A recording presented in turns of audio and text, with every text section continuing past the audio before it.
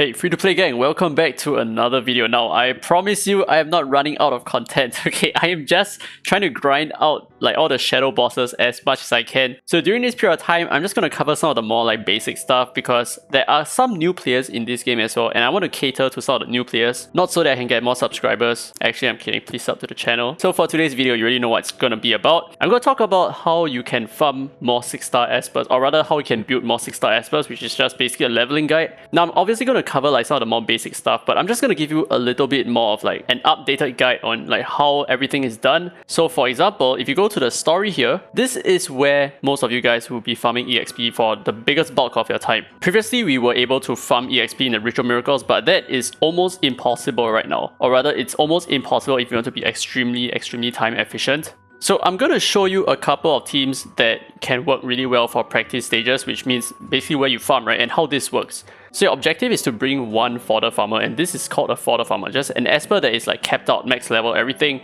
and they excel in farming EXP for 4 other fodder. So basically the 4 fodder that I'm referring to could be an esper that you want to level up, like let's say this Everett here, or it could be an esper that you just want to push to like maybe 5 stars or something to be used as a 5-star fodder, and obviously there are the rare Starimons as well, right? As a fresh new player, your fodder farmer, right, your main esper that you're going to be using for farming is probably going to be your Liling, because Liling has a pretty good type advantage over like the stage over here in practice stage 12. And at the same time, if you give him your beginner Hades relics and Avatara set, you will then be able to farm EXP a little bit more efficiently. So the way that you want to build your Liling is going to be something like this Jiang Man here. So you want to have a good mix of attack, decent HP, you do not need that much HP over here, and you do not need all that much speed as well. I think maybe like plus 40 speed is good enough, and the rest should go into some crit rate and crit damage, and that's just about it, right? So just basically like decent HP, so you do not need plus 14k, you can either go with like somewhere around plus 10k, I think that should be decent enough, and then the rest goes into attack and maybe like some speed so that you do not get lapped all that often. So it's very important that you are a little bit faster so that the enemies don't overtake you, or rather you take more turns as opposed to the enemy, right? So like I said, your first esper is going to be Liling, but for this showcase, I'm going to show you how Jiang Man is a little bit better, right? So Jiang Man is going to be like step 2 of this fodder farming guide. So she's really good because she lands this debuff called the Nether Bloom, which after 5 hits, it will explode, or rather when an enemy dies as well, it will explode and it will damage other enemies. So like you see over there, everyone just died, right? And then on the next wave, you can just spam the third skill again because her cooldown is extremely low with like 3 turns or something like that. So giving her Avatar is also not bad because that gives you an average of like 60-something% chance to counter attack because her passive itself has already some counter function as part of it. So she's very effective in fodder farming. So as you can see, we are doing it pretty fast, right? Pretty decent over here. But obviously there is something else that I did not mention, which is the 2x EXP thing. I'm going to show you after another run.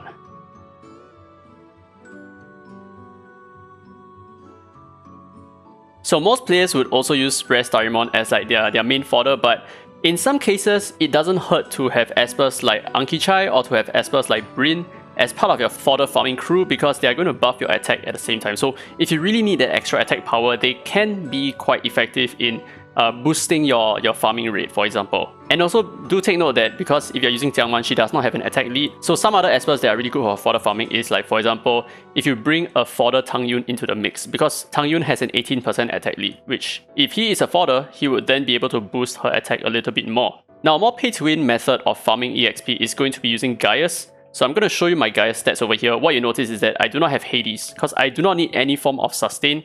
He himself has enough sustain in the form of shields, and honestly, in most cases, I just one-shot everything anyway, so that's the power of Gaius, and that's part of the reason why he's so broken, because his damage output is just so insane. So we clean everything out, in like one hit, and then we're going to transform again and repeat and repeat and repeat. However, do take note that sometimes we may not be able to one-shot every single wave because of the typing here. So because Gaius is a flow type, and there are some wind types over here, we may not one-shot, but in this situation, we one-shot everything. This is going to be super fast. But if let's say we're not using Everett, who is also slightly faster than my Gaius, if we're using Gaius on his own, we could have run times as fast as 15 seconds. So this is basically the gist of fodder farming, right? You're just grinding EXP this way, and at the same time, you're gaining more copies of Advanced Experiment, which would then be 4000 EXP when used on one of your fodder to level up some of your other espers, right? But like I said earlier, there is something that I missed, which I should have talked about, which is before you even do practice stages, it is good practice to start off with like a 2x EXP booster. So you might get this item in some events. We haven't actually seen them drop in any of the events thus far, but what this does is it doubles as per EXP for 24 hours. So if you're able to find some of these, like maybe through events, real quick update, you can also buy it from the plaza, and you can buy it over here under resources. So you can either afford the 100 crystals or the 200 crystals version, but I think in most cases the 100 crystals version is probably going to be a little bit better, especially if you have another 8 hours for the rest of the day to just keep on grinding, right? Then this would be an excellent way for you to farm for the EXP, right? And obviously, while you're using this, it is also good practice to conserve, right, at least 1000 crystals just to use it for refills, because then you would be able to farm more EXP this way and make the most out of your 2x EXP boost. Now here are some other additional tidbits for you guys. So for example, if let's say you run out of fodder, let's say you're free to play, right, and you do not have a lot of summoning currency, so you do not have a lot of fodder to use to just raise your other espers to 6 stars, for example, right? One strategy you can do, which I've talked about in the previous video, is to farm Dahlia fodder. So for example, if you're in the chat and you happen to see like a Dahlia Ripple appear somewhere, go ahead and partake in it. If you do not already have a Dahlia, then definitely get your first copy of Dahlia. But after getting a full 6 resonance Dahlia, you would then be able to gain additional Dahlia copies and then dismantle that Dahlia via the disassembly in the echo over here, right? The disassembly function here. Disassemble that Dahlia and convert that Dahlia into 5 rare Starimon over here. So that is going to be the best bang for your buck, and then you just level up the rare Starimon this way. So like I said, you can check the video card at the top of the screen right now for more information on this strategy. So early on in the video, I also talked a little bit about how people used to farm EXP in the Ritual Miracles. So what they used to do is to just, like for example for Chronos, right, just bring a team of 4 and 1 extra fodder, and then you would be doing okay. Or rather, if your team is strong enough to clear the boss without needing a 5th Esper, then that's how you can farm EXP that way. But honestly, right now it's really not so efficient, because previously we could even do stuff like 1 fodder farmer in Chronos and 4 other fodder Espers, and that was like the most optimal way to farm EXP.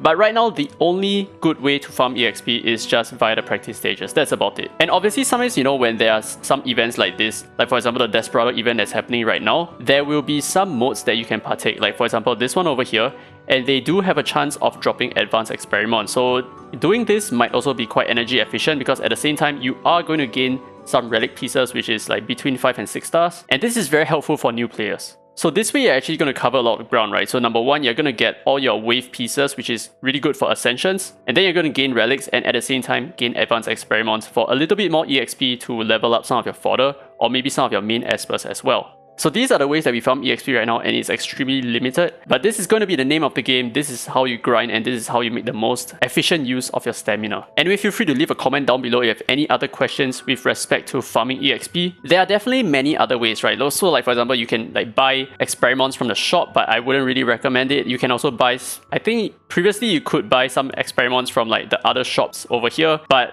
I think they have already removed it, and anyway, it wasn't even that worth it at all. Anyway, hope you guys enjoyed today's content. If you did, don't forget to leave a thumbs up. It really helps the channel, and subscribe for more Dislyte content. Now with that said, this has been Free to Play, and as always, I will see you in the next video.